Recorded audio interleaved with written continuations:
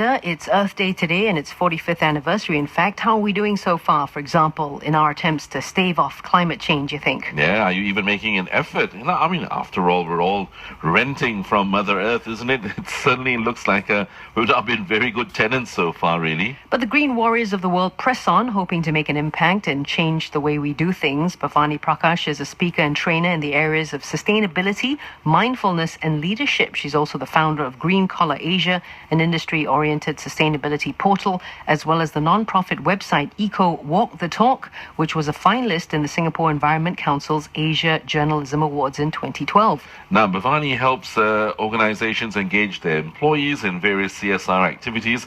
She's also author of the Sustainability Toolkit.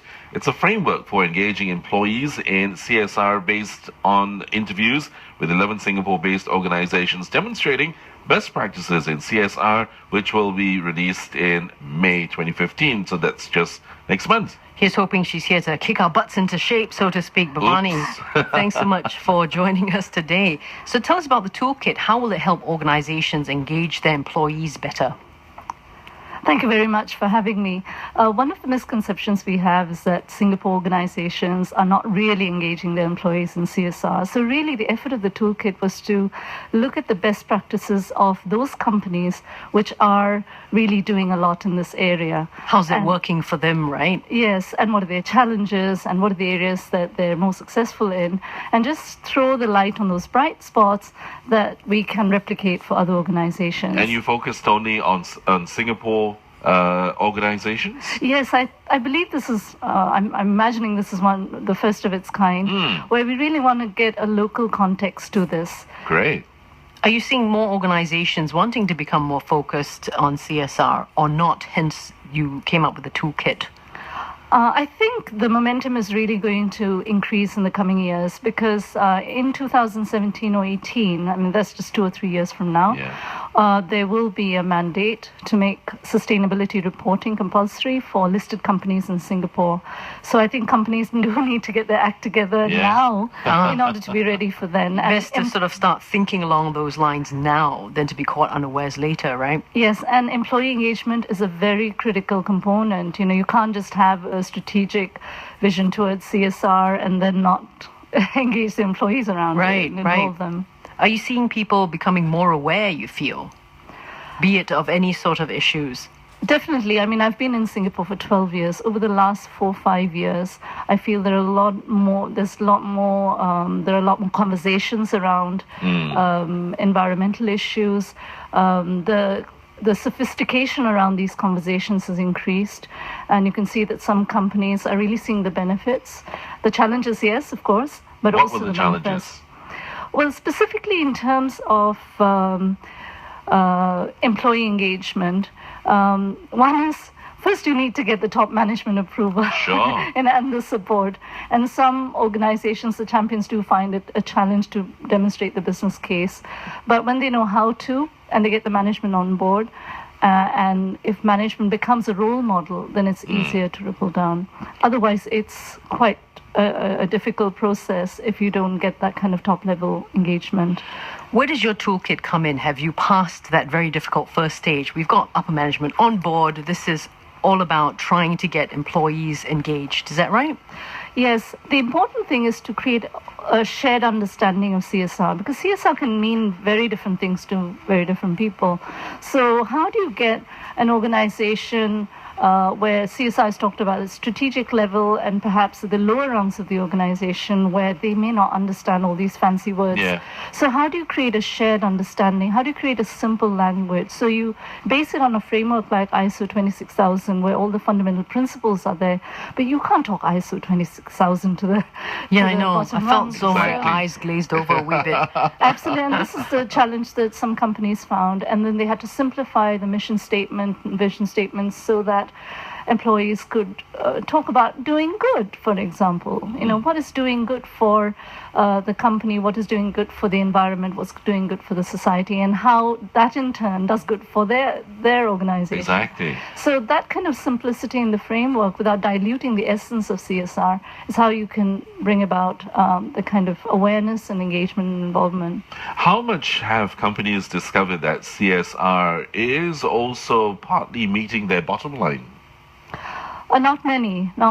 I mean, those who are really into the CSR journey, the sustainability journey, really understand and harvest the low-hanging fruits. Yeah. It's about energy, resource conservation. You save a lot of money when you conserve water, paper, and resources.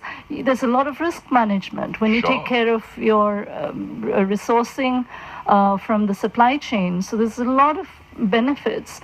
In particular, I think companies are not so aware of the benefits of directly involving employees in the process. They do it because they have to, but they're not strategic about the employee engagement, because that can lead to benefits like employee retention, attracting the right talent, Yes.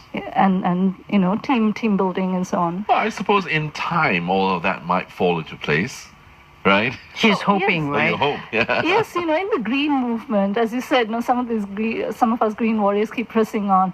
We need champions at every level of society, as well as within the organizations, to keep pressing on, because it's a journey. Can you highlight one or two, local companies that stand out in CSR? We profiled 11 companies, and I can mention them like Banyan Tree, City Development, Hayworth, IKEA Interface, Rico, Standard Chartered, Siloso Beach Resort, Whitetail Power Sarai, Origin Exterminators.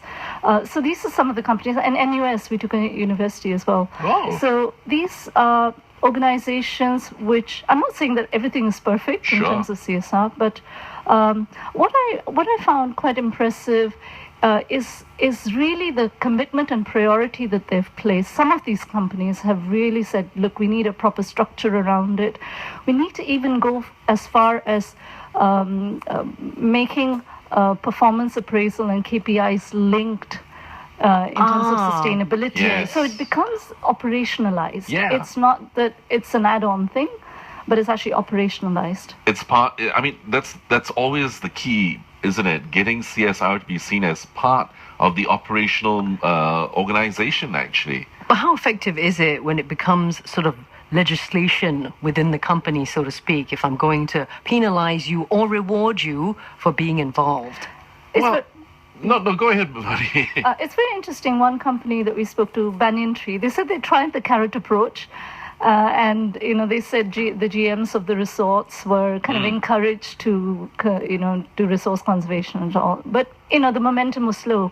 So when they actually mandated that this had to be done, then the resorts just had to do it because it was part of their job. And then I think there's a voluntary component and there is a mandatory component of CSR, and it's important to recognize which works where. Yeah, and I think it's after a while, when the culture is built into the organization, finally it'll cascade down to the people who also may still be a little bit fuzzy about the whole meaning, but I guess they'll get there somehow. But those things tend to take time. They do. Are there ways we can speed it up, I suppose, without, I don't know, putting guns to heads, as Andre's just done. Yeah, I think in some cases you can mandate it and they will speed up things, but that's not the answer to every situation. Yeah. Right. When you're talking about changing human behavior, you can't just have, as you said, a bullet on the head. Right. What are some of the other challenges in engaging employees in CSR? I'd mentioned, yes, getting top management approval, the silo mentality as well. CSR can be a very interdepartmental thing. So a savings for one department may be a cost for another or an effort for another department. So you have to look at it holistically. And the other thing is to also look at it as just as a short-term budget and short-term ROI. If you look at it that way, it may not work because the benefits may accrue to the entire organization and over a longer period of time. So if you're fighting for a CSR budget or a budget for your employees for a green activity, it's harder to make that case if the management doesn't get that this goes beyond that department. The benefits accrue to a wider community. Right. So Earth Day might just only be one day, but Bhavani Prakash presses on. Green warrior she is. Long list of accolades and titles. She is like the FBI most wanted list. Founder of Green Collar Asia, also of non-profit website Eco Walk the Talk. She's just authored the Sustainability Toolkit, a framework for engaging employees in CSR. Will be released sometime May 2015. Might want to get on it since sustainability reporting will be made mandatory in a couple of years. Bhavani, thanks so much for joining us today. Thank you very much. Your voice and ours on 938 Live. The LTA traffic news on 938.